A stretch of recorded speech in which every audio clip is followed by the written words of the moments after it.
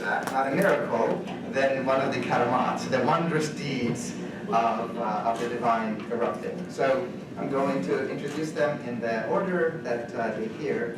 Professor Jamila Karim, an extraordinary award-winning author, a Dookie through and through. One of the very few people that can match me for the longevity of time that I got to spend at Duke, undergrad all the way through PhD. But she is not only far, far more fashionable, she can genuinely claim to be interdisciplinary, because I ended up doing the boring thing of doing a religion major and then a religion PhD. This extraordinary intellectual leader and activist ended up doing electrical engineering. Is that right, mashallah? And then, just to sort of prove that she's got the chops, ended up doing a PhD in humanities. So she specializes in race, gender, and Islam in America. And most recently, she was an associate professor in religious studies at Spelman College. And most of you, of course, imagine are familiar with the distinguished legacy of Spelman. She taught there for 6 years. There are a number of books that you can associate with her, as well as a wide range of articles. The Women of Nation, Between Black Protest and Sunni Islam, is one of them. She was featured recently and acknowledged by Jet Magazine. And so really someone that we are so deeply, deeply honored to welcome back to Duke. And we hope that, inshallah, you will continue to come back and share the fruits of your labor. Edward Curtis is one of those extraordinary figures in the field of Islamic studies, American religion, African American studies. He's currently the Millennium Chair of Liberal Arts and Professor of Religious Studies at IUPUI. I had the unenviable task of trying and failing to fill the shoes of Professor Curtis at my former institution, the University of North Carolina, and talk about an extraordinary weight to sort of walk into classrooms where previously someone of his intelligence, range, and charisma had been teaching for a number of years. He's the author or editor of 8 books, including one that I imagine we'll hear at some point about today, The Call of Bilal, Islam in the African Diaspora. A book that this semester, some of my dear students that I see here are going to be reading, Muslims in America, A Short History. So really lunch should be on him, because every year I sign his books and the royalties check should, I think I should get something back, a kickback, a percentage. I'll send you 10%. There we go. There we go. All $10. Yes. And Professor Curtis has been awarded the Carnegie, the Fulbright, the NEH, and the Mellon Fellowships. So he's a dangerous intellectual. And both Jamila and Edward, Professors Curtis and Karim, represent what, in my estimation, is really the best of organic public intellectual scholarship that is deeply grounded and rooted in meticulous research as well. Please join me in welcoming our 2 esteemed guests. And today the format is going to be a conversation between these two, and I'm going to be sitting right with you and taking notes and learning. So please join me in thanking them. So thank you, Omid, for that gracious, sweet, and kind introduction. Such a blessing to be here. Thank you all for coming to hear our conversation. So Can you hear us, by the way? Okay, so I was still a graduate student at Duke when Professor Curtis came to UNC. And I was interested to know what brought him to the study of Islam and African American studies. So I'd like to ask you that for this audience. Well, I'm a member of a intellectual order called the Hassoniya, which is a joke among Islamic studies scholars, because many people believe that the greatest introduction to Islamic religion and civilization ever written was a book called The Venture of Islam which has been taught at Duke, and I don't know if it continues to be taught at Duke.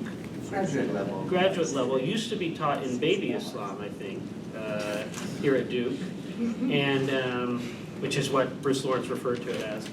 And and I encountered that book when I was 18 years old, and that set me on a path towards an interest in Islam. And frankly, I found myself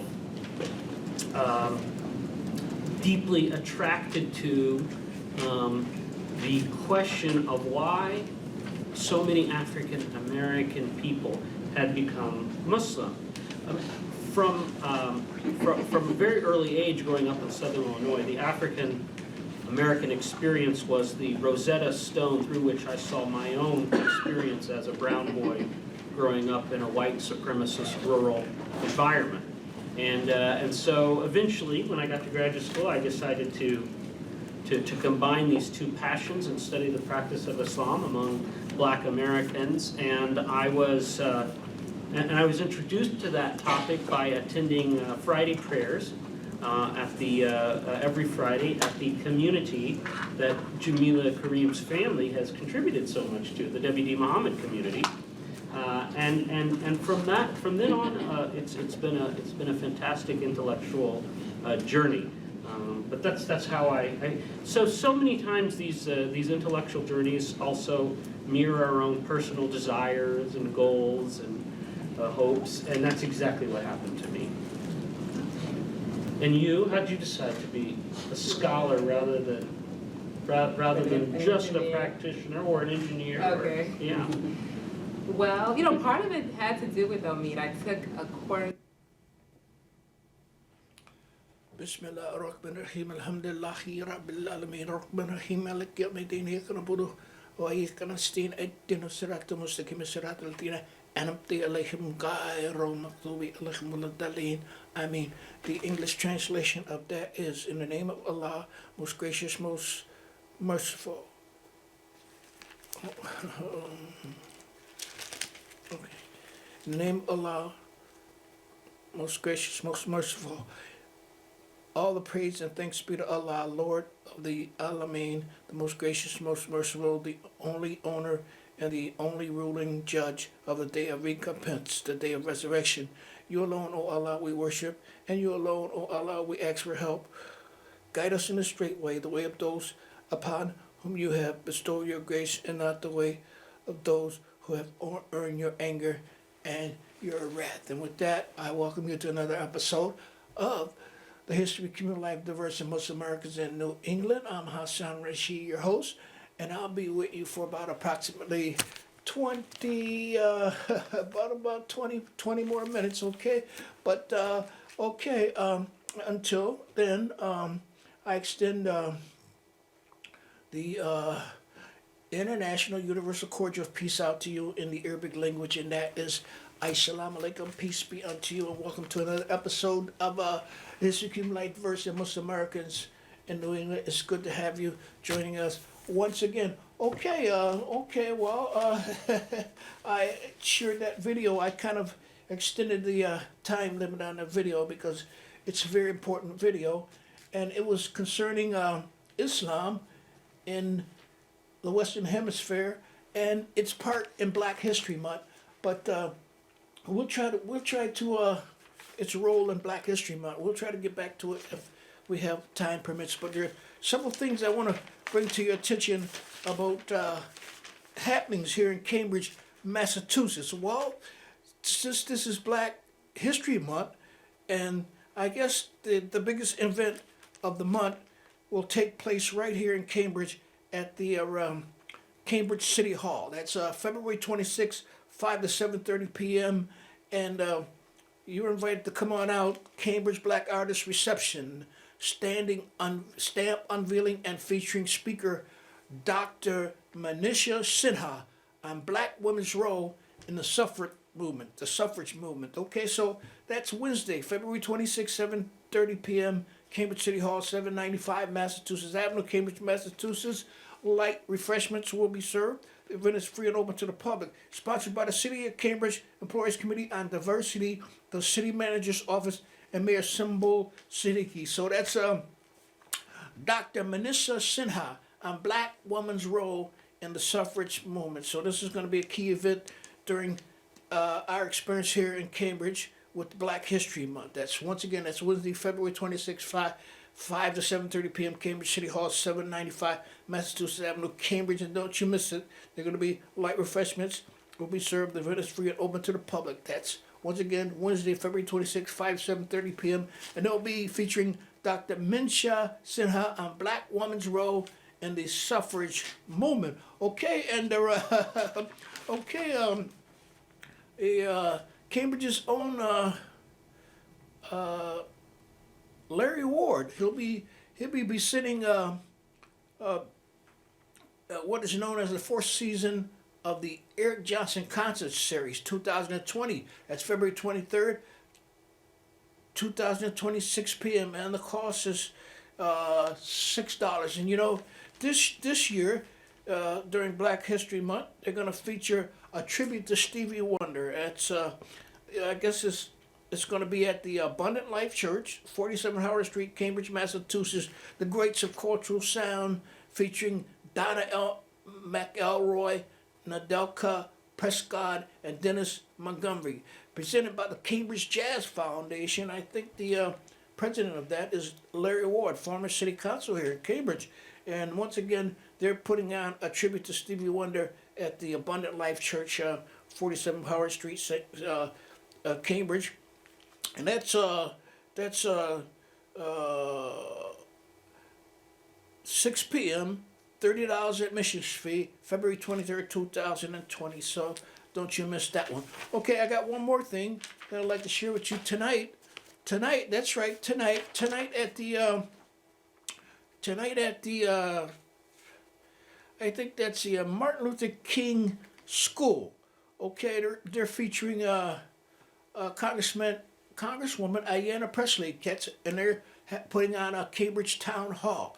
So that's tonight, 6:30 p.m.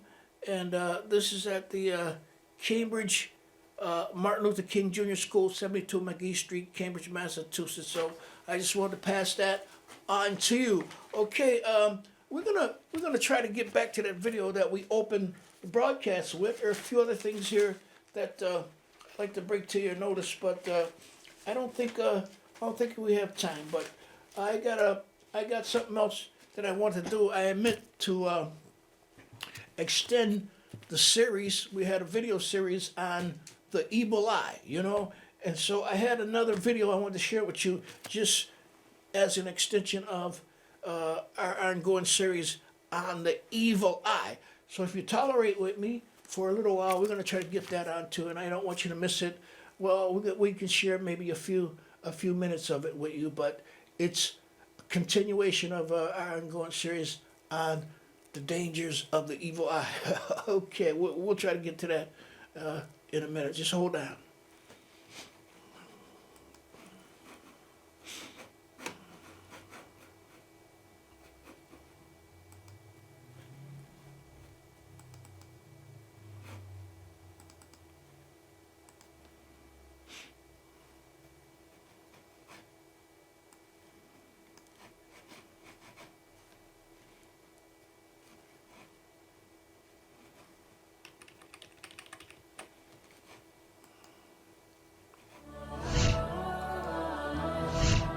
Welcome to the Daily Reminder Network.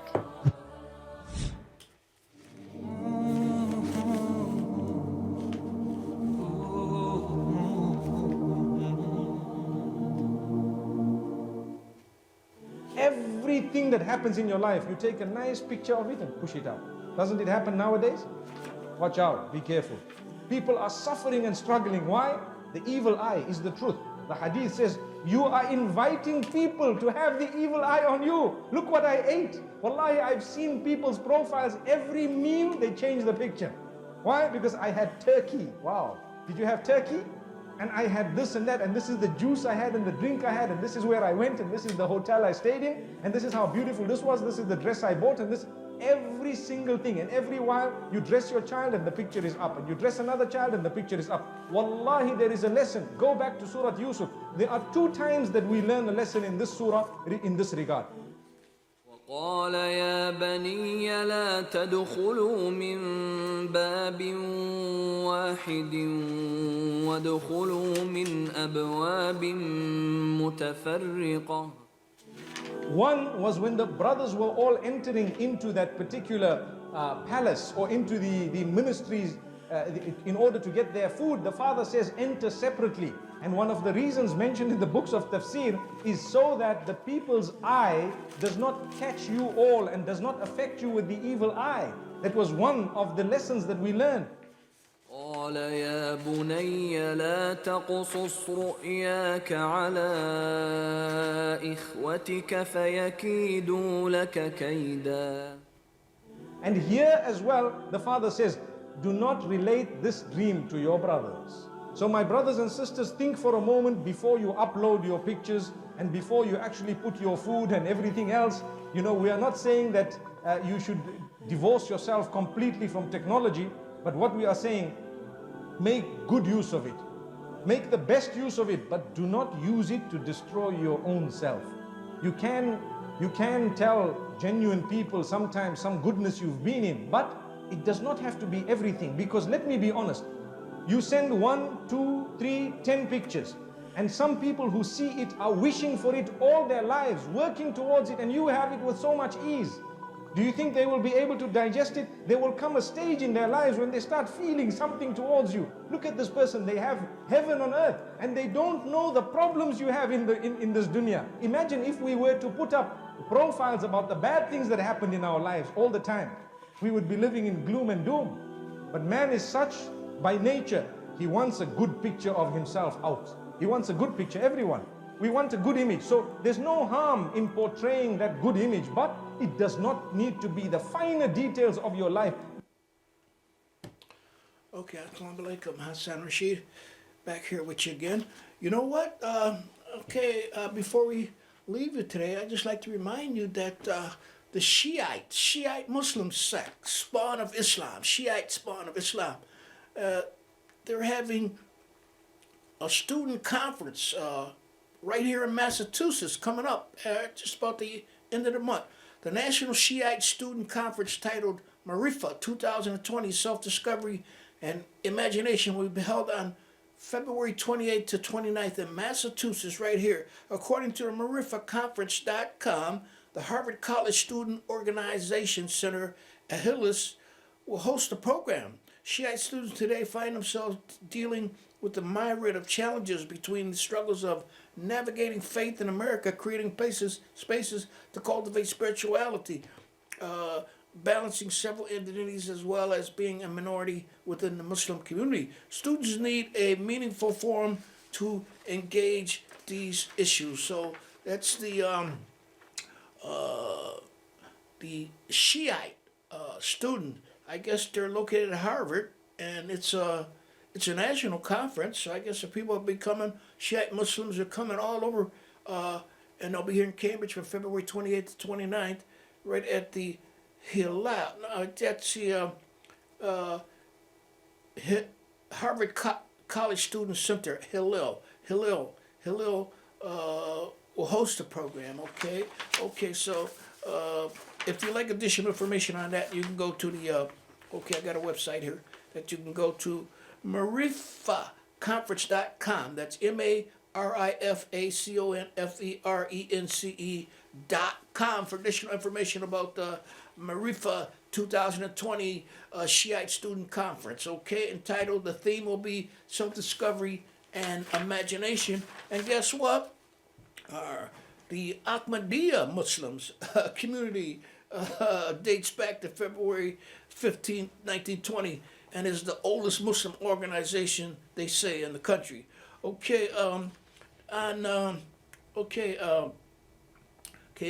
they are celebrating their 100th anniversary by giving back to the community. That's the Ahmadiyya people, and they're gonna host an event in commemoration of their 100 years since the formation of the Ahmadiyya Muslim community, and they're just another spawn of Muslims that fall under the umbrella of Islam, okay? And don't forget now, the Ministry of Imam Warfdi Muhammad holding their Savior's Day convention in Chicago. I guess that's this weekend, February 22nd, and they'll be at the Hilton Chicago Oakland Hotel, 9333 South Cicero Avenue, Oakland, Illinois. That's the Savior's Day event sponsored by the Ministry of Imam Warfdi Muhammad. So that's just another little reminder that I want to send your way. You know, we got off to a slow start today, but we had some information on Islam and how it relates and pertains to Black History Month. And eventually, if we don't get to that tape again today, right now, we'll do it later on, okay? I promise you that I'll have that on for you later on, maybe next month, early next month. But right now, I like to close the broadcast with Hasson, Rashid, and you know I always leave you with the fact that superior wisdom can never be subjected by inferior wisdom. So until next time, I leave you with as I came, with the International Universal Cordial Peace in the Arabic language, and that is Assalamu Alaikum. Okay, so we're going to close out with something entitled The Beautiful Attributes of Allah. Okay?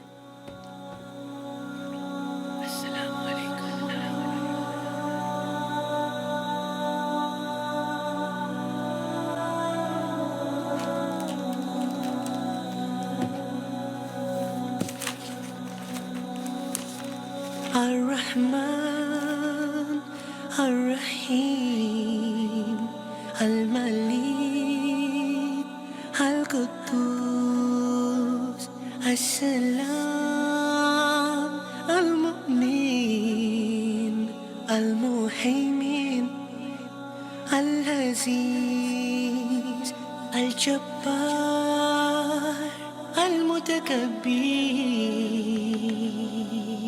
الخالق الباري المصور الغفار القهار الوهاب الرزاق الفتاح